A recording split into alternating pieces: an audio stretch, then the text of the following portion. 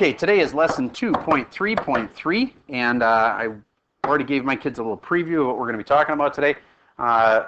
Firstly, the main thing is about finding zeros both algebraically and graphically. So that's one of the main things.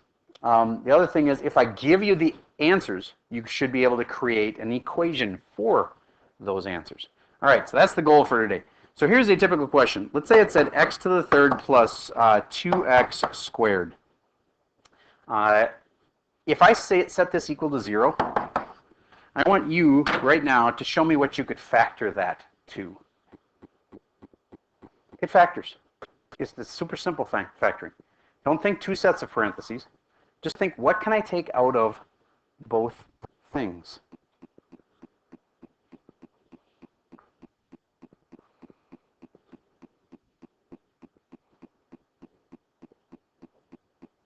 Once you got it factored, turn it my way. I'm going to pause for a second. I want to see if you've got it factored right. And you should say equals 0.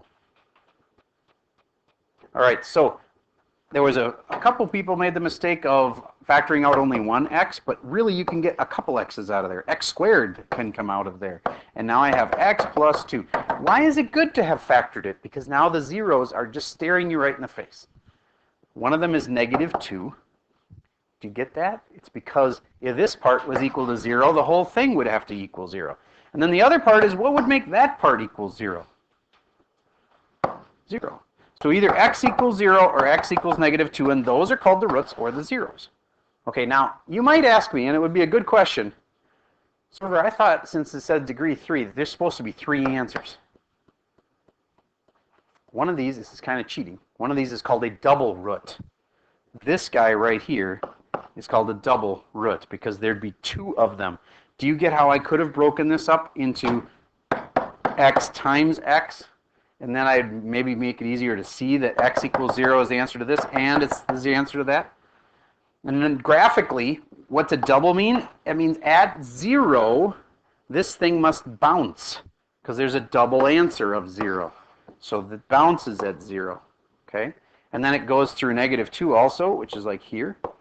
So then it must go back down and through that. Could this be a possible right answer for that equation? The lead coefficient's positive, so it's up on the right. That's good. What's the y-intercept? It's got a plus 0 here, doesn't it? So then the y-intercept is 0, and that's good. Okay. And then it goes down on this end and up on that end, which means that it's implying it's odd, and it is odd. So yeah, that's basically a possible right answer. Okay. So there is a typical find the zeros. What I did is I factored it. What if I won't factor? I won't factor, I promise. Now what? How do you find the zeros? Quadratic formula. If you can't factor, quadratic formula. I would like that to be a catchphrase, kind of like get the clump alone. If you have a problem and you can't factor it, these are only for quadratics. If you can't factor, quadratic formula. All right, so just set it up just to remind yourself what the quadratic formula looks like. I don't expect you to multiply it all the way up because I put a nasty negative 17 in as a C term, which means that this is going to be hard underneath the square root, but just get it set up. So the roots. What if they ask you for the zeros? Same thing as the roots. What else could they be asking? The same thing. Roots, zeros, and x-intercepts. Is that what you said? X-intercepts and the solutions. The y-intercept is different. The y-intercept is where, finish that sentence, x equals 0. So the y-intercept would have to be, if x equals 0, those would be gone. Negative 17 is the y-intercept. But that's not the same. The zeros are the x-intercepts, the roots. So if they ask you for, don't let it confuse you. One question could say, what's the roots? And the other question could say, what's the zeros? And another question could say, what are the solutions? And they're asking the same thing. Okay. So hopefully you did x equals negative b, which would be negative 3, plus or minus square root of b squared, which is 9, minus 4ac. And a is 2, and c is negative 17, all over 2a, which would be 2 times 2. There you go. And if you can simplify those, you'll be golden on the test. All right, let's get one that's a little easier to simplify, but make sure. This is one of my top 20 skills, but a lot of people still aren't awesome at it. Would you please simplify that all the way? Say you'd gotten this far in the quadratic formula. I'd hate to have you lose the point because you don't know how to simplify. I'll pause for a second while you try that one. Okay, here's how it should have gone. You should have said, oh, square root of 20. I know that. That's root 5 and root 4. And one of those is perfect. So then it's 2 root 5. Get that? Because that one over here and this one over here. Okay. So then, square root of 20 is now 2 root 5. And hopefully you know that if there's one here and here and here, there's a 2, sorry, in all of those spots, then you can cancel it. 2 goes in here once. You cannot make it disappear. 2 goes in here once and 2 goes in here twice. So a lot of people think, oh, I canceled it. It's gone. So the answer is just plus and minus root 5 over 2. But they're missing something. There's actually a 1 there from when you canceled it. There's your final right answer. How many of you would have had it right? Okay, good. So next, let's get to the one kind that we haven't talked about yet, which is, what if they give you 3 roots? They say that this thing has a degree. Actually, we should talk about degree too. What's the degree of that? Here's the way I want you to think of degree. If you multiplied it all the way out, what's its biggest degree? You don't have to actually multiply it all the way out. It's kind of like the other ones where we just figure out what the lead term is. So you take that, and don't forget to square it, and then you times it by that, and what would the lead coefficient be? 3 what? Sorry, you're right. 3 is the lead coefficient. No, wait. It's not a 3. And it's not a coefficient. Sorry. Now, I shouldn't have asked for the lead coefficient. There was 2 mistakes there. There was a bad question, and the answer wasn't right to what I asked. But the x to the third would be the lead term. The lead coefficient is the number on the front of it, which is technically a 1. Do you get that it starts with an x to the third? Okay. Then there's flyover country, don't care, and then what's the end? The end is the y-intercept, which is where what? The y-intercept is where what? Say it. X equals 0. Okay, so if x equals 0, I'm putting in a 0 here and a 0 here. That gives me 3 squared is 9 times 2 makes 18. Do you get how that's the only really important parts for making your sketch? Now that also tells you your degree. It's degree 3. Now I'd prefer that you not think of it like, oh, so you just always add the degrees, because this would have a degree 1 on it. You just always add the degrees. Because then you're going to think that when you see one like this, that it's degree 5, because you just always add the degrees. Okay? So this one, you pick the biggest degree, because it's already all multiplied out. This one, I'd rather, instead of you saying add the degrees, I'd rather have you say, if you multiplied it all the way out, what would the biggest degree be? Okay? So you pick the biggest degree. That's the degree. It's not something where you should think in terms of adding them together. Okay, so the degree of this puppy is degree 3. And then when they ask you for a multiplicity, what they're meaning is, what is it going to do? Bounce, or cut through, or snake. Those are the big 3. If it's a single, like this guy, you'd say his multiplicity is 1. And what does that mean? Cut through. This guy, which by the way is negative 3. The negative 3, the root, no, negative 3, what would it do? Or no, what's its multiplicity, I should say? We usually abbreviate that MPY for multiplicity. Okay? Its multiplicity, say it. Come on, this is easy. Say it. 2. And what does that mean? Bounce. Okay, you got to get these 3 things. What's the root? What's its multiplicity? And what does it do there then? Okay? See if you really understood that. No plus. It'll be in factored form. All right, I want to know, what are the roots? What are their multiplicities? And what are they doing at those spots, like bouncing or whatever? Yes? That's a 4. It is a 4. I want you to think. You should know about 4.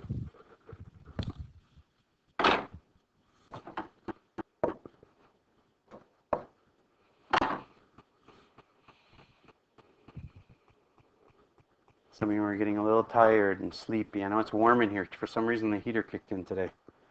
So when it gets warm, it's hard. You got to fight it, though. I need you to stay awake. If it gets really bad, you need to ask to get up and go get a drink or something so that you can stay awake. That usually lasts for a while. Literally, there's almost never anybody sleeping in here. I had like 2 or 3 that were right on the edge because it's warm today.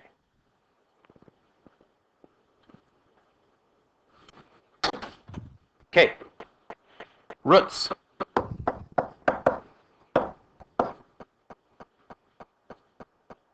One of the roots is a 4. Would you agree with me on that? Okay, and in the back, Mr. F, would you tell me what its multiplicity is? Nope, it's this number. Okay, and now this is the harder part. We'll take a volunteer on this one. What does it do there? Yes, it bounces there. But wait a minute, I thought 2's were bounces. Remember what they look like. Do you remember x squared bounces? Do you remember me saying that the other ones did the same thing? All those even ones, 2 and 4 and 6, they all bounce. Okay, so that's a bouncer. All right, the other root.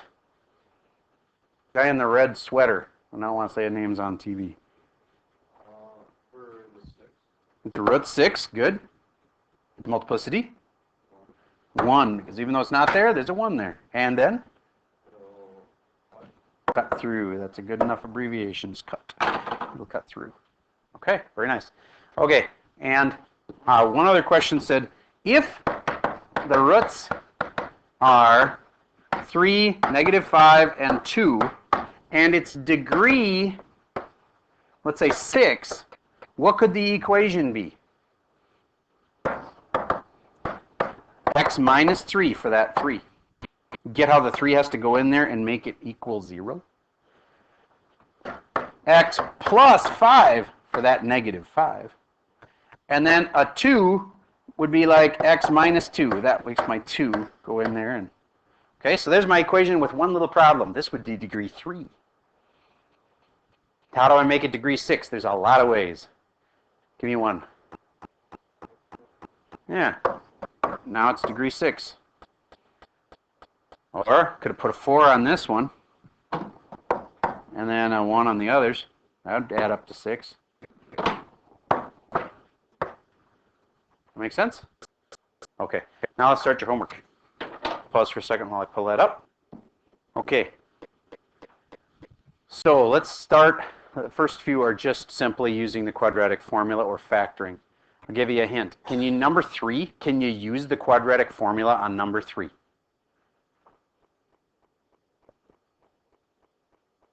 No. Because why? Because it's got an x to the 3rd in it. There's no quadratic formula for that. So if you're not going to use the quadratic formula, then it must do what? Factor. So you can factor that puppy. That one's the factoring one. Okay? You can factor and set it equal to 0. That's faster than the quadratic formula anyway. All right, moving on to problems 5, 6, 7. State the degree and list the zeros. Okay, so first, zeros. Okay, the zeros of this guy are, what the heck makes that 0? How about this? What makes that 0? It's easier. That 2 is one of the zeros. And then what makes this 0? What could make that part be 0? 0, good. So my zeros are 2 and 0. Now, state the multiplicity of each 0, MPY. The multiplicity at the 2, well, you look above the 2 as the little power here, and there's no power there, which means there's really a 1 there, so it's multiplicity of 1. And how about the multiplicity on the 0?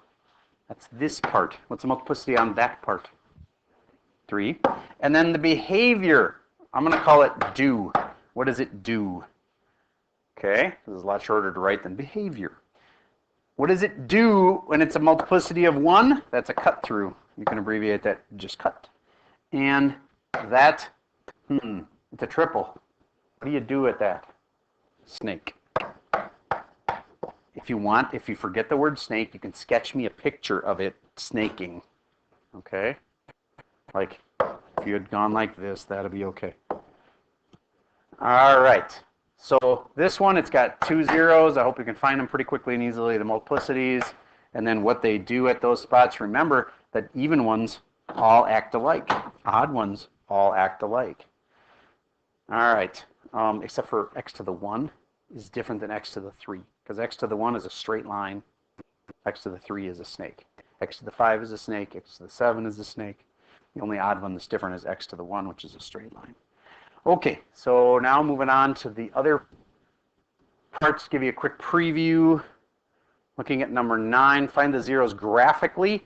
All I'd ask you to do is to graph this puppy, and let's say it does this. Then you'd say, well, there's the zeros. You'd use second calculate the 0 to find them. Okay? Second calculate the 0. That'll be pretty easy as long as you know how to operate your calculator. And explain, that's something for you to figure out. And this says a cubic function has the given zeros. So basically, you write y equals, and then you have yourself, we already practiced those, so that should be easy. From there on, the rest of this is regression. So that's something that review. The first part is regression. And that's stuff we've done before, so hopefully you'll be okay on that stuff. All right, that's all I have for the video for today.